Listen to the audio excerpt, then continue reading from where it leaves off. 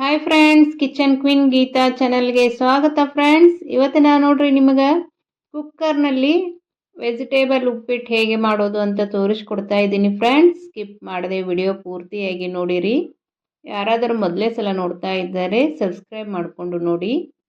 Gas ಮೇಲೆ ಒಂದು cooker ಇಟ್ಟುಕೊಳ್ಳಬೇಕು. ಅದಕ್ಕೆ ಒಂದು 5 ರಿಂದ 6 ಸ್ಪೂನ್ನಷ್ಟು ಎಣ್ಣೆ ಹಾಕಿಕೊಳ್ಳಬೇಕು. ನೋಡಿ, ಒಂದು 5-6 ಸ್ಪೂನು ಎಣ್ಣೆ ಹಾಕಿಕೊಂಡಿದ್ದೇನೆ. ಎಣ್ಣೆ ಸ್ವಲ್ಪ ಬಿಸಿ ಆಗಬೇಕು ಫ್ರೆಂಡ್ಸ್. ಈಗ ಇದಕ್ಕೆ 1 ಸ್ಪೂನ್ ಸಾಸಿವೆ ಹಾಕಿಕೊಳ್ಳೋಣ. ವೆಜಿಟೇಬಲ್ ಉಪ್ಪಿಟ್ಟು ತುಂಬ ಚೆನ್ನಾಗಿರುತ್ತದೆ ಫ್ರೆಂಡ್ಸ್.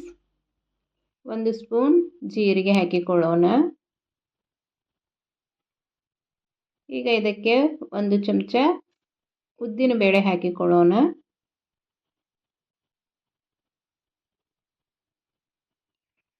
1 ಚಮಚ ಕಡಲೆಬೇಳೆ ಹಾಕಿಕೊಳ್ಳಬೇಕು. ಮಕ್ಕಳು ತರಕಾರಿ ತಿನ್ನುವುದಿಲ್ಲ ಫ್ರೆಂಡ್ಸ್.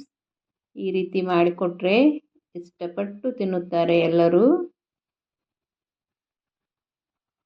ಕಡಲೆಬೇಳೆ ಮತ್ತು ಉದ್ದಿನ ಬೇಳೆ ಹಾಕಿ ಸ್ವಲ್ಪ ಕೈ ಆಡಿಸಬೇಕು.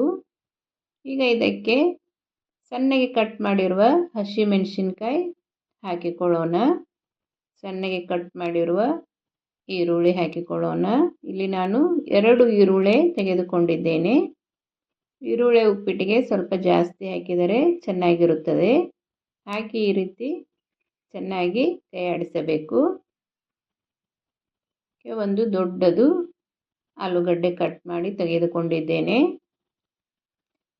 ಈ ಉಪ್ಪಿಟ್ಟಿಗೆ ನಿಮಗೆ ಯಾವುದು ಬೇಕೋ ಆ ಎಲ್ಲ ತರಕಾರಿಗಳನ್ನು ಹಾಕಿಕೊಳ್ಳಬಹುದು ಫ್ರೆಂಡ್ಸ್.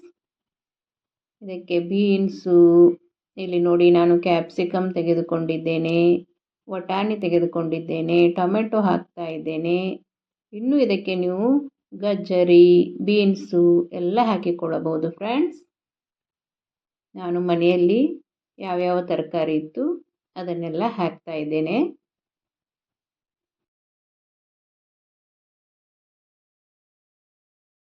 ತುಂಬ ಚೆನ್ನಾಗಿರುತ್ತದೆ, ತಿನ್ನಲು ತುಂಬ ಚೆನ್ನಾಗಿರುತ್ತದೆ ಮತ್ತು ಹೆಲ್ದಿಯಾಗಿಯೂ ಇರುತ್ತದೆ.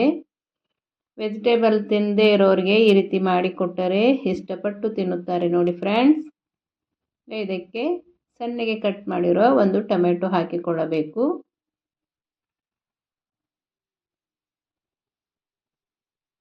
ಎಲ್ಲ ತರಕಾರಿ ಹಾಕಿ ಈ ರೀತಿ ಚೆನ್ನಾಗಿ ಮಿಕ್ಸ್ ಮಾಡಿಕೊಳ್ಳಬೇಕು ಫ್ರೆಂಡ್ಸ್.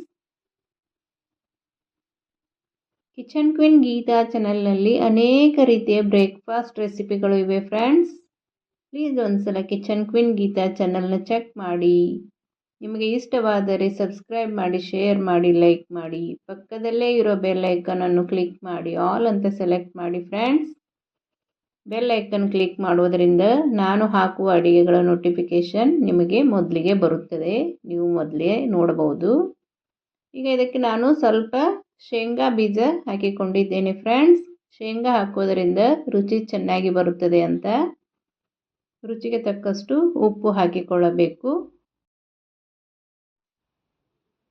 ಇಲ್ಲಿ ನೋಡಿ ಫ್ರೆಂಡ್ಸ್, ನಾನು 5 ಕಪ್ನಷ್ಟು ನೀರು ತೆಗೆದುಕೊಂಡಿದ್ದೇನೆ. 1.5 ಕಪ್ ರವೆಗೆ 5 ಕಪ್ನಷ್ಟು ನೀರು ಹಾಕಿಕೊಂಡಿದ್ದೇನೆ. 4.5 ಕಪ್ನು ನೀರು ಹಾಕಿಕೊಳ್ಳಬಹುದು ಫ್ರೆಂಡ್ಸ್, ನಡೆಯುತ್ತದೆ. ಈ ನೀರು ಚೆನ್ನಾಗಿ ಕುದಿಬೇಕು ಫ್ರೆಂಡ್ಸ್.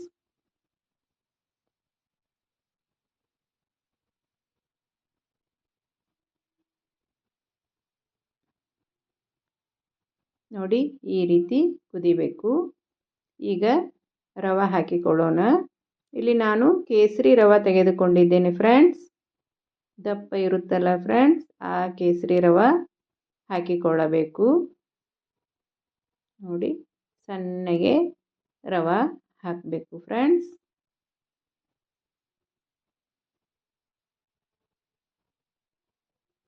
ಈ ರೀತಿ ಮಿಕ್ಸ್ ಮಾಡ್ತಾ ರವೆ ಹಾಕಿಕೊಳ್ಳಿರಿ, ಅಂದರೆ ಗಂಟು ಗಂಟು ಆಗೋದಿಲ್ಲ.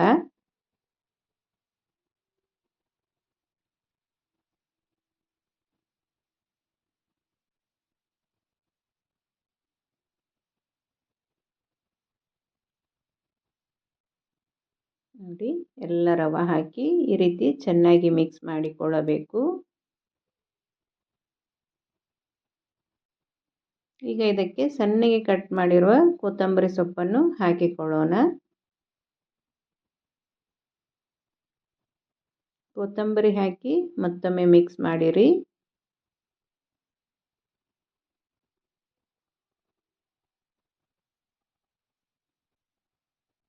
ಈಗ ಕುಕ್ಕರ ಮುಚ್ಚಳ ಮುಚ್ಚಿ 2 ವಿಷಲ್ ಮಾಡಿಕೊಳ್ಳೋಣ.